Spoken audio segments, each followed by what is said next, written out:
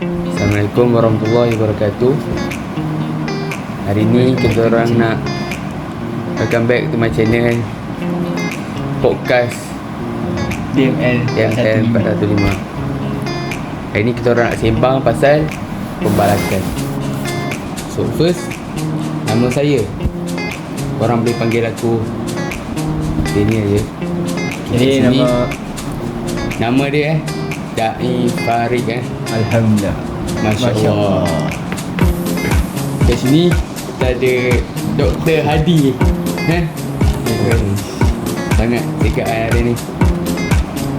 Awak siapa Cuba perkenalkan diri awak. Mak saya panggil saya Aiman.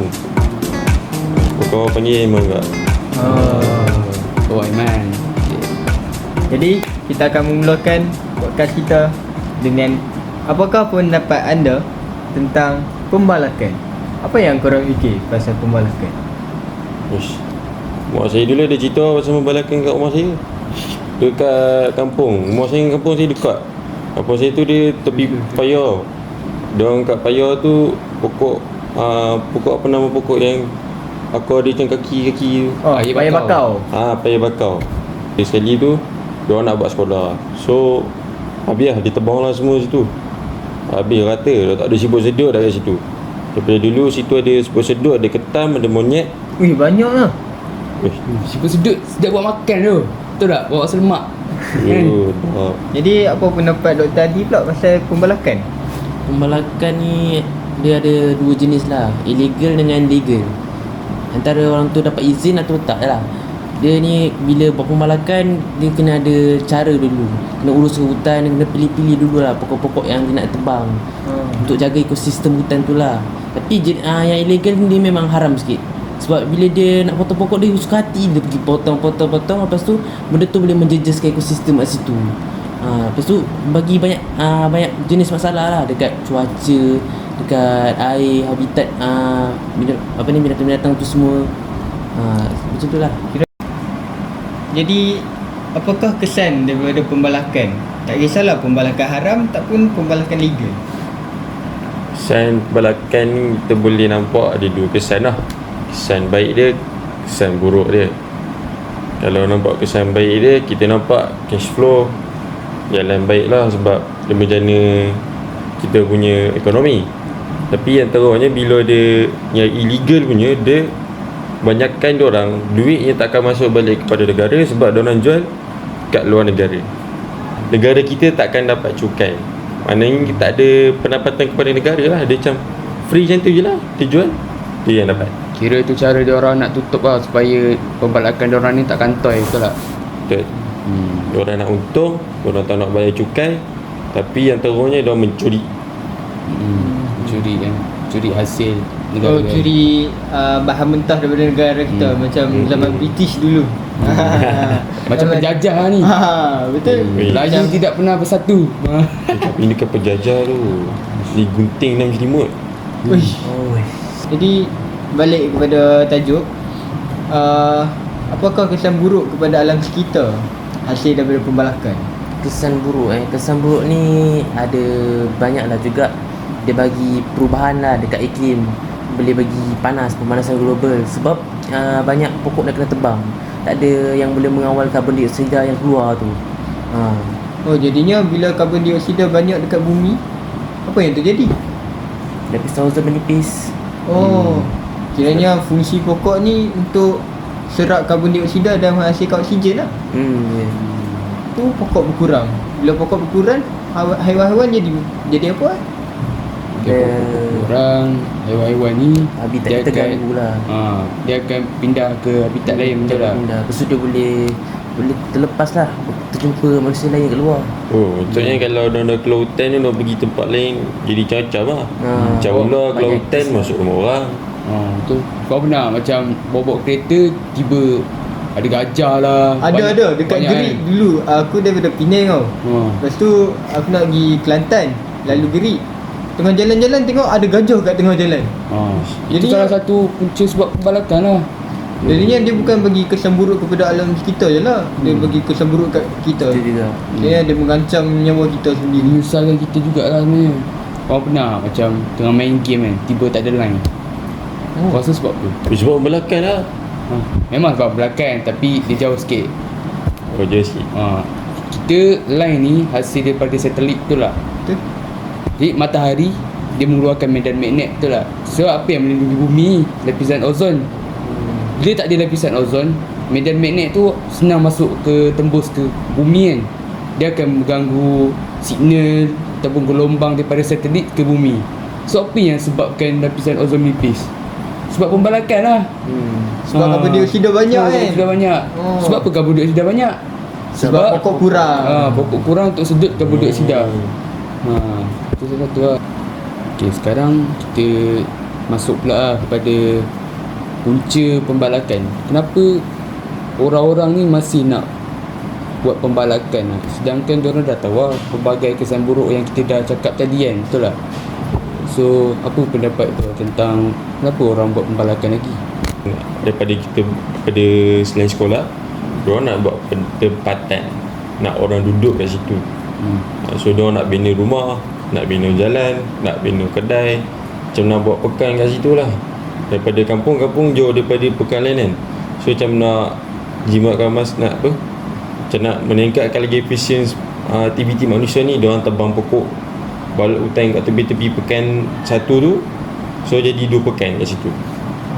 Dia pindahkan orang kampung pergi tempat baru situ. Kiranya mereka tebang untuk menaikkan lagi ekonomi lah.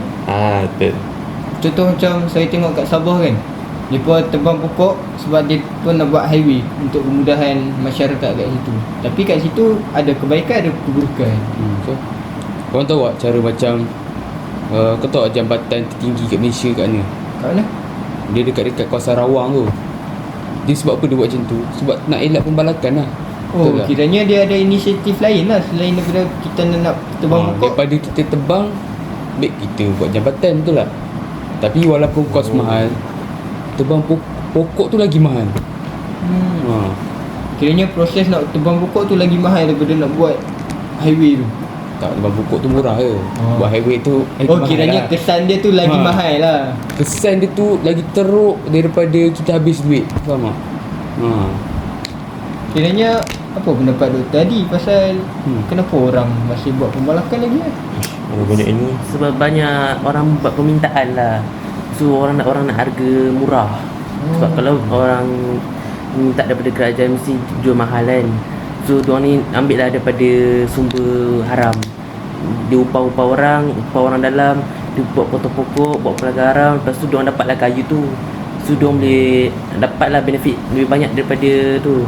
Lagipun perkara haram ni dia tak bayar cukai. Dia terlepas daripada pandangan kerajaan lah. Kiranya modal dia kurang lah untuk buat pembalakan tu. Dia tak kena bayar cukai lah. Kiranya boleh tengok kat situ ada orang dalam macam sebenarnya sebab rasuah lah kan. Sebab rasuah. Sebenarnya kita punya pemimpin-pemimpin kita masih membuat rasuah untuk membenarkan pembalakan berlaku. Sedih lah tengok bila kita dah vote mereka untuk jadi menteri, tapi mereka buat macam ni kan kat kita. Ingat rasuah ni main-main ke? Rasuah ni benda haram tau. Kiranya mereka pentingkan diri berbanding mereka tak fikir kat depan tu. Nanti anak cucu mereka entah tak dapat tengok ekosistem. Betul. Kiranya macam orang buat pembalakan ni salah satunya sebab bila saya fikir balik kan, kadang orang tak realise apa kesan buruk kepada alam kita daripada pembalakan kan. Jadinya macam apa pendapat awak pasal macam orang macam mana boleh orang tak perasan keburukan dia tu? Orang tak perasan sebab pada masa dah nampak pokok tu kan. Dia nampak pokok pun dah nampak duit lah. Uish. Macam mana nak pokok perasan buat duit. Daripada pokok boleh buat kertas, boleh buat perabot dengan demand yang tinggi. Betul tak? Dia pokok jati kita tu nampak bukan tinggi Malaysia lah. je guna pokok, satu dunia guna pokok. Betul tak? Tambah pula pokok kita berkualiti kan. Uish, betul. Jadi itulah salah satu sebab orang tak nampak keburukan alam sekitar, keburukan dari segi alam sekitar apabila dia orang buat pembalakan ni. Ni semua sebab kepentingan peribadi dah ni. Kepentingan peribadi. Dan Jadinya kat sini kita boleh concludekan lah yang macam orang masih buat pembalakan disebabkan duit, sebab dia buat rasuah, sebab pembangunan ekonomi. Tapi untuk pembangunan ekonomi tu sebenarnya kita ada inisiatif lain kan. Macam Daniel cakap tadi, boleh buat jambatan tinggi-tinggi. Lepas tu lagi satu disebabkan demand yang tinggi daripada luar negara dan sebagainya. Kayaknya semua ni punca daripada macam kita pentingkan diri sendiri, kita nak duit.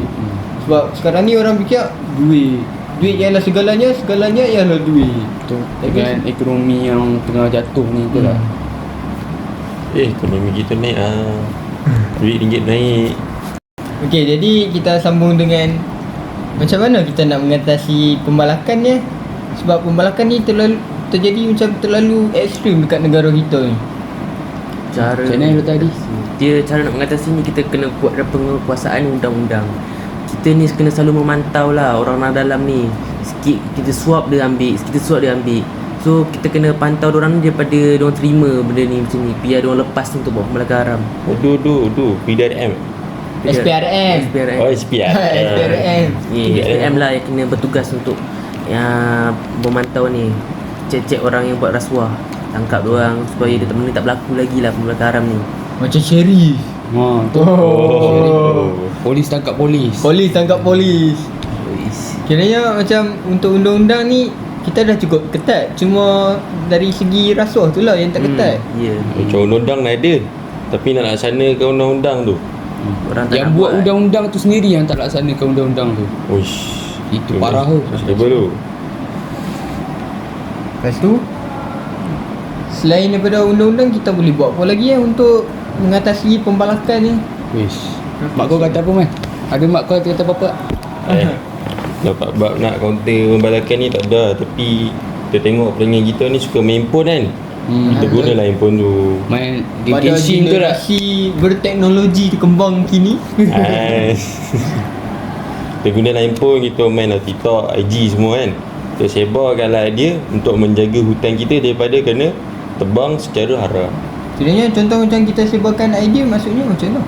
Okay, kita contoh kita ada baca berita-berita. Saya ada baca berita tau, orang kampung perasan air sungai dia surut tau, macam tak normal.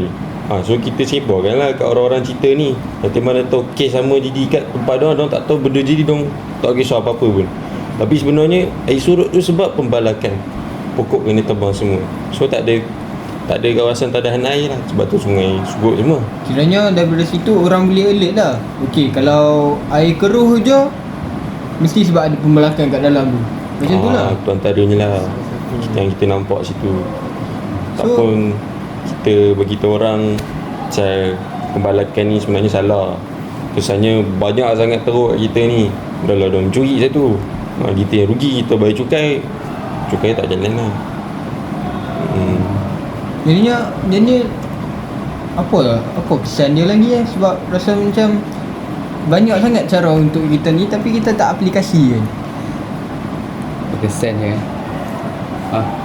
Cara Cara Cara kita nak atasi. Cara nak atasi ni dia sangat subjektif lah sebenarnya. Antara salah satu cara dia, kita kena tubuhkan satu organisasi lah. Kita buat organisasi antarabangsa untuk menjaga kelestarian alam bumi ni. So dengan adanya agensi ni, dia dapat membantu kita dalam mengawal pembalakan di seluruh dunia terus. Bukan setakat di Malaysia je, seluruh dunia.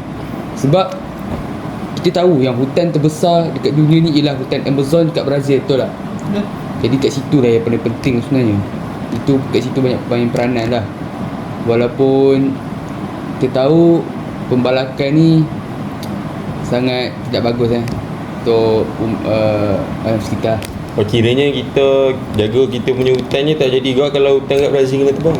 Betul, macam tak function sangat pun lah. Macam kita jaga Malaysia punya, lepas tu kat luar negara pun buat pembalakan juga kan. So jadi panas tu still panas, betul tak? So sebab tu kita kena juga. Dia akan efek kat semua seluruh dunia lah. So kita kena ada satu agensi yang dapat mengawal pembalakan ni bukan setakat di Malaysia tapi kat seluruh dunia. Lepas tu kita kena buat pemeliharaan lah, iaitu tanam balik pokok, betul tak? Kiranya setiap kali dia macam Macam ni lah, macam kita tebang satu pokok, kita tanam satu pokok, macam tu. Walaupun kesan dia lambat, tapi dia memberikan kesan baik pada masa jangka panjang lah sebenarnya. Tapi tahu tak kenapa dia orang yang tebang balak ni dia orang malas balik nak tanam pokok? Sebab apa? Sebab pertama ni bila dia orang tebang dia orang potong. Bukannya cabut akar semua. Tu ada akar kat situ, mana nak tanam pokok? Tepi akar dia. Matilah pokok tu, dia tak muat. Sebab bila orang nak tanam pokok, dia orang kena cabut dulu akar. Tu yang payahnya orang nak tanam. Tu sebab kalau orang buat illegal punya pembalakan, dia orang takkan cabut akar tu. So kesan dia nampak lah memang teruk lah kat situ. Nampak? Korang perasan tak Betul. macam contoh kita buat kawasan perumahan kan. Kita buat kawasan perumahan ni cara legal lah kan. Kawasan perumahan tu bukan setakat rumah kosong je. Dia akan selitkan dengan tanaman-tanaman. Perasan tak? Itu salah Oh. satu cara dah sebenarnya nak kurangkan kesan pembalakan daripada segi ekosistem ni. Betul tak? Kita letakkan tanaman dekat tepi jalan. Maksudnya kita tebang pokok, pada yang masa yang sama kita tambah juga pokok kat situ. Itu cara legal tu sangat bagus lah sebenarnya. So macam kita nak jadikan bandar kita ni macam hutan lah. Ada Sebab ada kita nak cukupkan environment apa dia tadi, lah. 55% hutan. 55% hutan daripada negara. Tu salah satu cara lah. Ada juga satu cara ni, kita kena memantau lah orang-orang luar negara masuk. Sebab kadang-kadang kita tak perasan orang luar negara masuk sebab dia ada tujuan lain, iaitu pembelakan hutan lah. Sebab dia nak curi kayu lah. curi kayu. Masuk lagi. Dia ambil pokok, lepas tu dia pun pada orang dalam tu bawa keluar kayu tu. Sebab dekat negara dia banyak permintaan. So pula kalau negara yang minta, nanti cukai kena bayar kan. Diorang pun untung tak banyak. So kalau dia ambil secara curi, secara haram, benda tu untung lah untuk diorang. So pembelaku haram ni terjadi bukan setakat orang dalam kita. Orang luar pun ada datang sebab nak ambil. Sebab kita ni pokok ni macam dia kata tadi berkualiti kan. Kiranya sebenarnya orang kita kurang bijak lah boleh dikiranya. Sebab dia ambil rasuah daripada orang luar negara. Tapi dia tak menjana apa-apa ekonomi dekat negara kita. Masya-Allah. Macam biasa lah, diorang ni pentingkan diri, betul tak? Diorang nak cari keuntungan yang besar dengan cara yang legal supaya senang lah untuk diorang buat kerja ni. Jadi daripada pembalakan ni, Allah dah bagi tahu adalah Quran lah, dalil dia tentang apa. So dalil dia ada dalam surah Al-Baqarah ayat 205 yang berbunyi A'udzubillahi minasyaitonirrajim. Wa idza tawalla sa'a fil ardi liyufsida fiha wa yuhlikal harsa wan nas wallahu la yuhibbul fasad. Insya-Allah. Maksud daripada ayat ni, dan apabila dia berpaling, dia berusaha di bumi untuk melakukan kerosakan padanya dan membinasakan tanaman-tanaman dan binatang ternakan. Dan Allah tidak suka kepada kerosakan. So ayat ni dia dah terang-terang bagi tahu yang Allah ni dia tak suka kepada manusia yang melakukan kerosakan kat bumi. Betul tak? Betul. Sebab apa? Allah turunkan manusia ni sebagai khalifah di muka bumi. Tapi manusia ni dia pergi melakukan kerosakan kat bumi. So segala punca-punca atau akibat-akibat yang kita terangkan ni adalah satu sebab kenapa Allah turunkan ayat ni. Jadi dekat situ kita dah dapat simpulkan lah sesuatu kan, yang bahawa pembalakan ni banyak kesan buruk lah kepada alam sekitar. Bukan sahaja pembalakan, tapi kerosakan-kerosakan yang lain lah. Contohnya macam pembunuhan ke, perang ke, betul tak? InsyaAllah. Maksudnya Allah dah warning kita lah. Pada ayat QSD ni kita duk baca tiap malam pas solat maghrib tu, dah warning lah siap-siap yang kita ni merosakkan alam sekitar. Antaranya yang kita nampak tu pembalakan lah. Kiranya macam pembalakan ni Allah dah terangkan dalam Al-Quran siap-siap lah.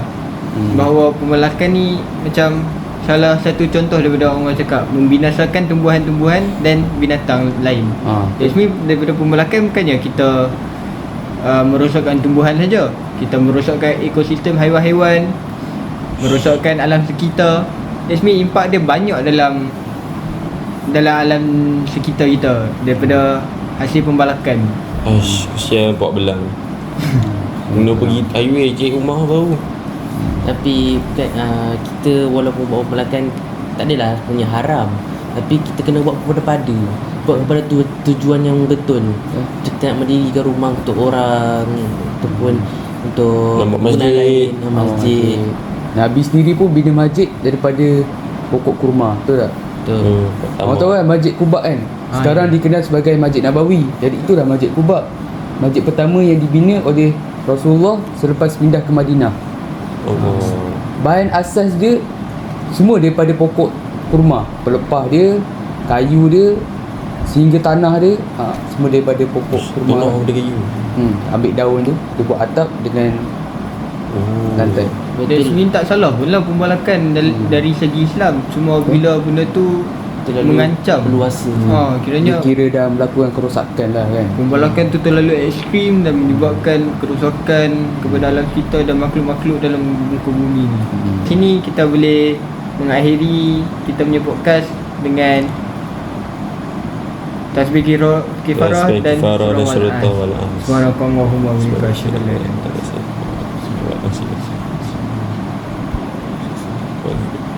Jadi sampai di sini saja podcast kita. Bertemu kembali. Jangan lupa tekan butang like, follow and share dan jangan lupa subscribe. Bye bye.